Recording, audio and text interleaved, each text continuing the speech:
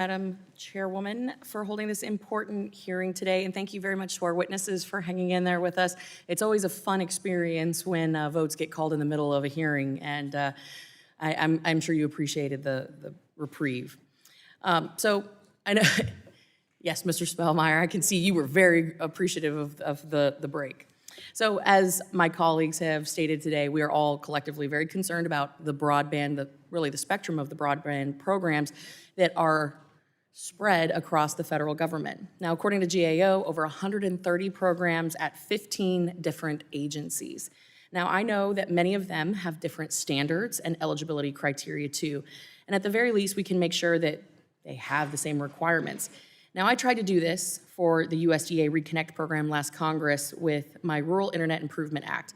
Mr. Spellmeyer, Mr. Hale, how should Congress try to standardize requirements for the different broadband programs across the various agencies? I would love to hear your feedback on this, and I'll start with you, Mr. Spellmeyer. Thank you, Congresswoman. Certainly the GAO, I think it was a GAO report Yes. that you just referenced was quite eye-opening even to those of us in the industry who are familiar with the programs to see them all detailed.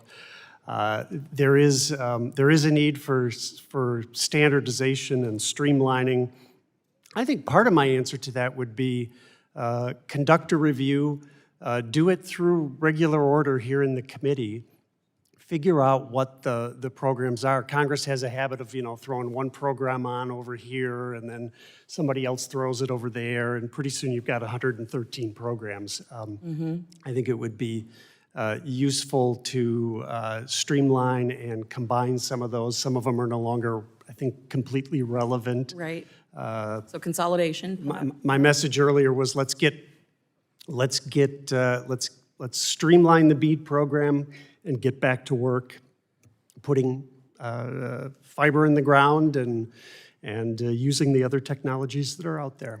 Excellent, thank you. Mr. Hale. Yeah, I would agree that they should be streamlined. It would be helpful to have a common definition, a well-thought-out definition of what broadband needs are currently as well into the future. We talked about the programs a little bit earlier, and just to clarify, the USF is not appropriated. That is the essential program to make sure that networks are built, sustained, and remain affordable.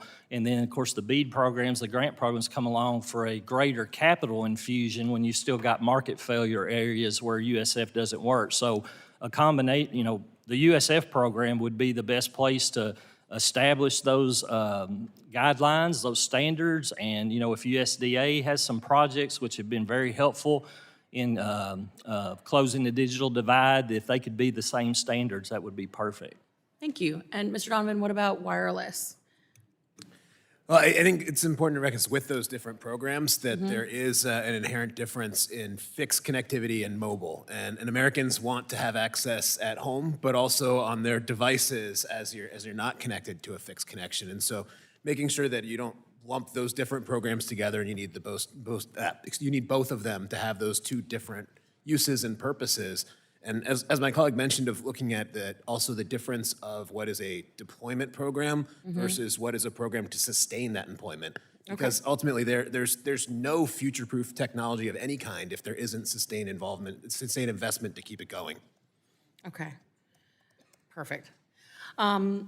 Spellmeyer, NTIA added some pretty onerous labor requirements to BEAD. Now, do you think that these requirements make it easier or harder to find skilled workers needed to build these broadband networks? Well, there is no doubt in my mind that they make it significantly more difficult to find skilled workers. And I should have added in response to your first question, I think the other thing you have to sort out is what agency is going to administer what program. That's a real challenge.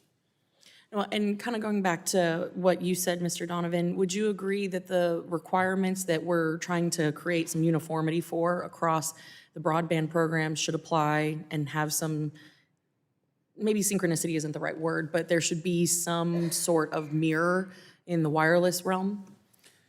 Yes, and it should be based on what consumers are actually expecting to receive. It's a big problem we have in the current 5G fund at the FCC is that there's an artificially low speed threshold. It means that you're not going to deliver. You don't say. It's like dial-up speed. we could use your help fixing that before the program moves forward. Well, on behalf of basically every American in the United States, we will do everything possible to increase the upload-download speeds that are so desperately needed to be updated. So thank you all so much for your time. My time has expired. I yield.